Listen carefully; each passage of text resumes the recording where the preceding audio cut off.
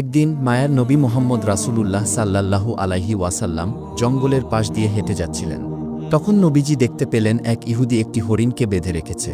হরিণটি দয়াল নবীকে দেখার পর সাথে সাথে বলে উঠল, ইয়া রাসূলাল্লাহ, আজ সকালে আমি আমার বাচ্চাদেরকে বাসায় রেখে খাবার অন্বেষণের জন্য বের হয়েছিলাম। হে আল্লাহর নবী, এমন সময় ইহুদি আমার সামনে আসে এবং আমাকে বন্দী করে ফেলে। সকাল থেকে এই পর্যন্ত সে আমাকে বন্দী করে রেখেছে। ইয়া রাসূলাল্লাহ, আমার দুধের বাচ্চা রয়েছে, সকাল থেকে এই পর্যন্ত তাদেরকে আমি দুধ খাওয়াতে পারিনি। হয়তোবা তারা আমাকে না পেয়ে অনেক অস্থির হয়ে পড়েছে এবং তাদের গলা দুধ না খাওয়ার কারণে শুকিয়ে গেছে। হে আল্লাহর নবী, ওগো আল্লাহর হাবিব, আমি শেষবারের মতো আমার বাচ্চাদের সাথে একবার সাক্ষাৎ করতে চাই। দয়া করে আপনি এর একটা ব্যবস্থা করে দিন। হরিণীর এই আর্জি শুনে দয়াল নবী হজরত মুহাম্মদ সাল্লাল্লাহু আলাইহি ওয়াসাল্লামের অন্তর কেঁদে উঠল। তখন নবীজি ইহুদিকে বললেন, হে ইহুদি, তুমি কেন এই হরিণকে আটকে রেখেছ?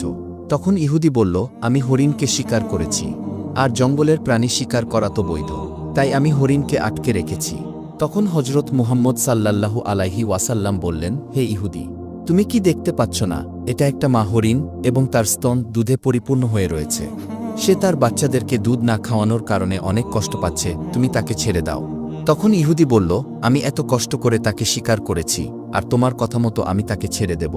তখন দয়াল নবী হজরত মুহাম্মদ সাল্লাল্লাহু আলাইহি ওয়াসাল্লাম ওই ইহুদিকে বললেন, তুমি তাকে ছেড়ে দাও। সে শেষবারের মতো তার সন্তানদের সাথে দেখা করতে চায়, তার সন্তানদের সাথে দেখা করে তাদেরকে দুধ পান করিয়ে সে আবার তোমার কাছে ফিরে আসবে। দয়াল নবীর এই কথা শুনে ইহুদি বলল, বনের হরিণ কি আপনার বাপদাদার সম্পদ নাকি, যে তাকে একবার ছেড়ে দিলে সে আবার ফিরে আসবে? এমন কোনো প্রমাণ আছে কি যে শিকার করা প্রাণী আজ পর্যন্ত ফিরে এসেছে?